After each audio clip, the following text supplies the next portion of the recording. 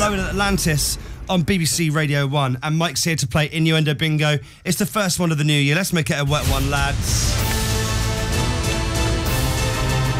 It's time to witness the wetness. This is Innuendo Bingo. Mike from Lower Than Atlantis is playing the game today. It's the first one of the new year. Chris is a bit out of practice, but I'm sure we'll get back into it. We'll be all right, won't we, Mike? Well, yeah, it's just spitting water at each other, isn't it? Yeah. We were saying I'm sure I'll manage. Yeah. We could change it up for the new year, Scott, and we just sit here drinking water whilst you play some clips in. Yeah, and then we can throw the cups into this bin, and then it's like it's good for the environment, and it teaches children a valuable lesson. I don't think it's going to catch on, Mike. Not in the same way. Oh, okay. Right. So, first up, water, please. Let's go over to the West Country and BBC Spotlight Southwest. Now, they're on a visit to Dartington Crystal Factory in Devon. And there we meet Brian Cook. Now, have a listen, but I think I can work out exactly why Brian is at the top of his game after so many years in the job. Brian Cook was born and bred in Torrington. He joined Dartington Crystal straight from school when he was just 15 in 1969. Well, worked my way up. I'm now a master blower, one of the top workers in the blowing room. Yes. Sorry, mate. Direct aim, straight Sorry. I was laughing before he said anything. Brian Cook there. I'm now a master blower, one of the top workers in the blowing room. Go on, Brian. Well done. Soz. Now we're going to Food Unwrapped, the Diet Special on Channel 4. These are always on at the moment because it's the new year. Channel 4, of course, famous for its challenging and edgy programming. But this was all before 9 o'clock. I don't know what's happening here. It's not even that late. Listen. I've got another one? No, it's like a fish is just weed in my mouth. Coming up, Kate gets caught in her own fishy situation down under. Oh. What was going on there?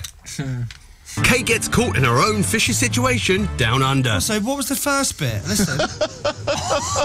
I've got another one? No, it's like a fish is just weed in my mouth. Not a normal. Yeah, that was a fakie. I thought that was the actual one. Yeah. Now we're going over to a show called An Island Parish, and it's on BBC Two. Jerry and Trudy live on a remote island in the Caribbean. Island life can sometimes get quite lonely. I mean, listen to what Trudy's brought to entertain herself. Back on the mainland, and with his precious cargo unloaded, Jerry's first customer for his new shipment is Trudy Nixon from Wiltshire. Hello, Trudy.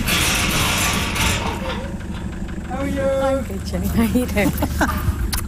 Trudy has ordered a sea grape tree to fill an unsightly gap in her garden. That's it. No? You liked the first bit more, didn't you? Back on the mainland, and with his precious cargo unloaded... Yes. Next, it's... Oh, what happened there? No, I won't do that to you. What happened, mate? It's the anticipation that gets me going. I know. It's funnier than the actual clip. You all right? Yeah, I'm all right.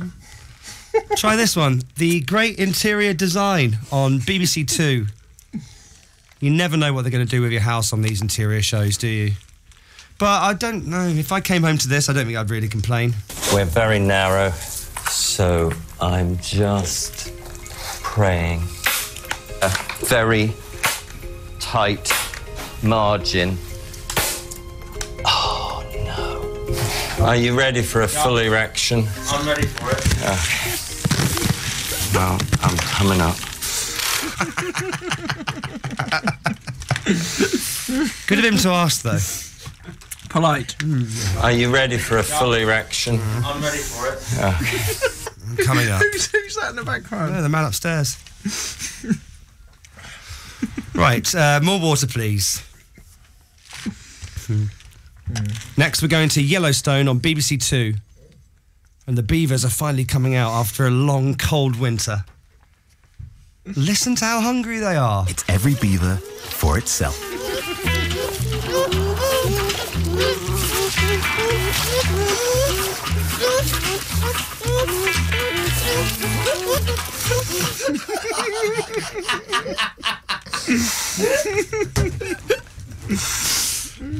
Right, did anyone know that they made that noise? Not that. Every beaver for itself. I actually thought most of that was Chris Stark laughing. Are those beavers laughing? They're just squeaking to get attention. I've never heard of beavers starving. They are. It's incredible. Thirsty. Have you not? No. Oh. Water, please. Next, it's the Gadget Show on Channel 5. A show all about the latest technology. But someone needs to tell Otis Dealey this is not new. It's been happening for years, this. Maybe Otis would be the cone whisperer. Oh, I can already feel it hardening. Get it in, get it in. It's very wet down below. Is it? Very wet. Is it? Yeah, Mike is kind of aiming for that area, isn't he? Yeah. Probably not on purpose. Yeah. Wow. Water, please.